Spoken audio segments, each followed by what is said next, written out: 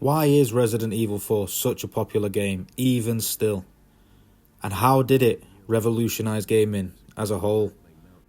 Released in 2005, Resident Evil 4 is a survival horror game which left an unstoppable mark on the gaming industry.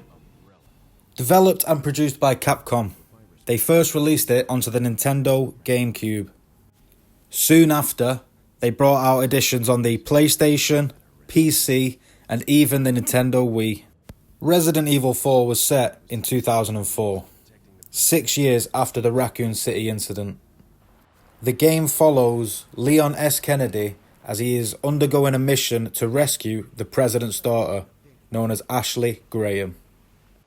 RE4's most significant change was the over-the-shoulder camera view. This was a radical departure from the original horror game series, which originally had static camera views and tank-like mechanics.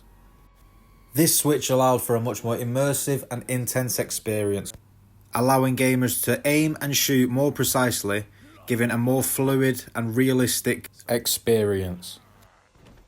The departure from the original zombie-like enemies and the introduction of the new Ganados enemies were a massive change to the Resident Evil series as a whole.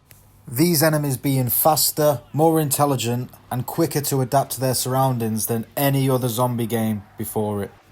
This required gamers to adapt a completely new style of combat.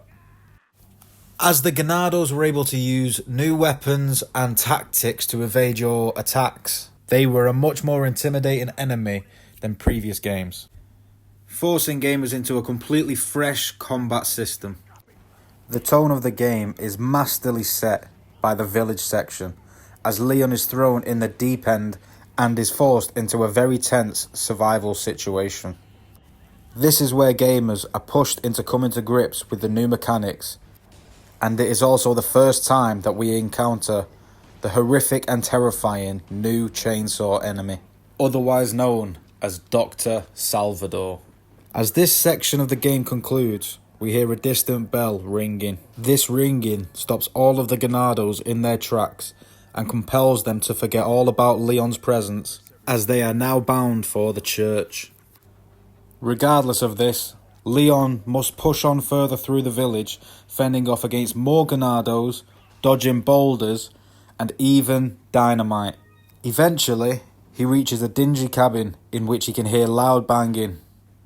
As Leon investigates, he discovers one of the most memorable characters called Luis Serra, although this introduction is short-lived as they are in trouble